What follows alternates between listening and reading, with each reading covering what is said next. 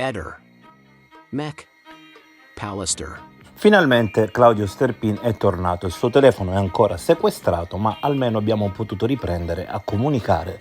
Ha recuperato il mio numero, ha seguito con molta attenzione ciò che ha detto Nicodemo Gentile l'altra sera e non è assolutamente d'accordo col fatto che il piccolo abbia ignorato queste nuove scoperte, queste nuove dichiarazioni di Nicodemo.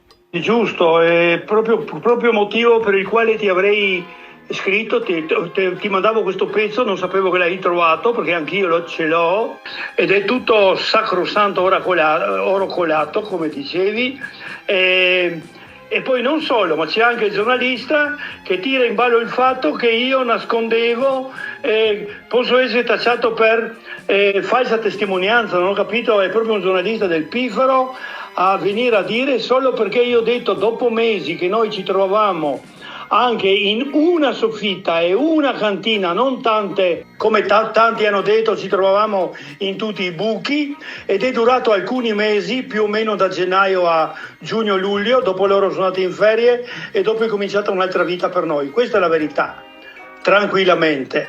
Motivo per cui allora io ho fatto una falsa testimonianza anche non nominando tutti i bar dove ci siamo incontrati saltuariamente e per 40 anni. Va a finire che sono 40 anni di false testimonianze, ma provo ad andare a fanculo. Io l'ho detto anche e soprattutto perché un anno fa Sebastiano e l'amico Fulvio Covalero continuavano a dire, e il suo avvocato, che io mi sono sognato tutto, che non è vero un cavolo di tutto quello che io ho raccontato delle nostre relazioni, era una mia messa in testa e lei infatti si era suicidata proprio perché non poteva più di me che le rompivo la testa. Non mi hanno sputanato in quarto grado e li ho querelati per questo, Sebastiano e il suo avvocato, perché mi hanno buttato dietro ancora un anno fa o quello che era, praticamente la colpa del suo suicidio, perché io talmente l'ho stressata in quella famosa telefonata delle 8:22,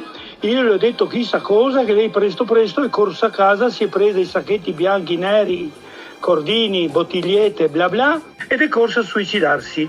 Questo era fino a quando la maggior parte di procura e tutti gli altri avevano sposato il suicidio.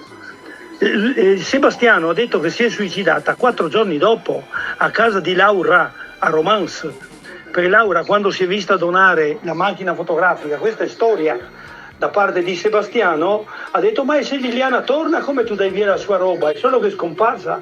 Ah ma no, Liliana si è suicidata. Questo è detto, scritto, testimoniato da Laura, perciò lei era suicidata, punto e basta.